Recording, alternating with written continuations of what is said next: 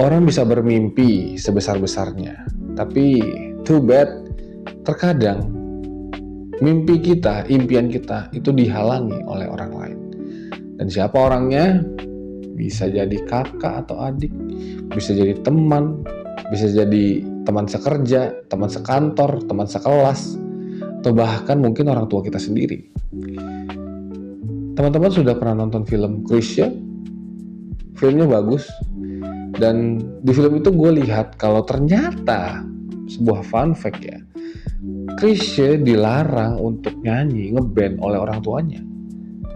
Setiap kali Krisya mau pergi ngeband, dia pasti diem-diem, dia mengendap-endap keluar.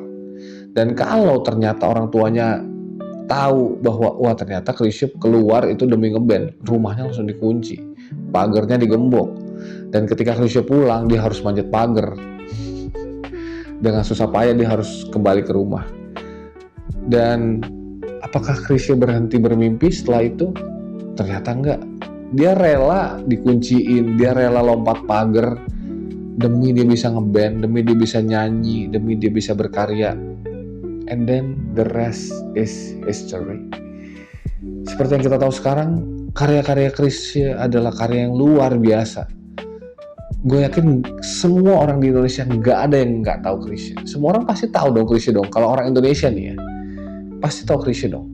Nah, andai kata di hari itu, di masa mudanya Krisya, ketika impiannya dilarang oleh orang tuanya dan dia berhenti untuk ngeband, dia berhenti untuk nyanyi, hari ini kita nggak punya Krisya yang luar biasa legendaris, legenda. Dan pertanyaannya, apakah kita sebagai orang tua sudah mendukung mimpi anak kita? Atau kita melarangnya? Dan pertanyaan kedua, sebagai anak, apakah kita sudah berusaha sedemikian rupa untuk mencapai impian kita? Walaupun halangannya ada begitu banyak.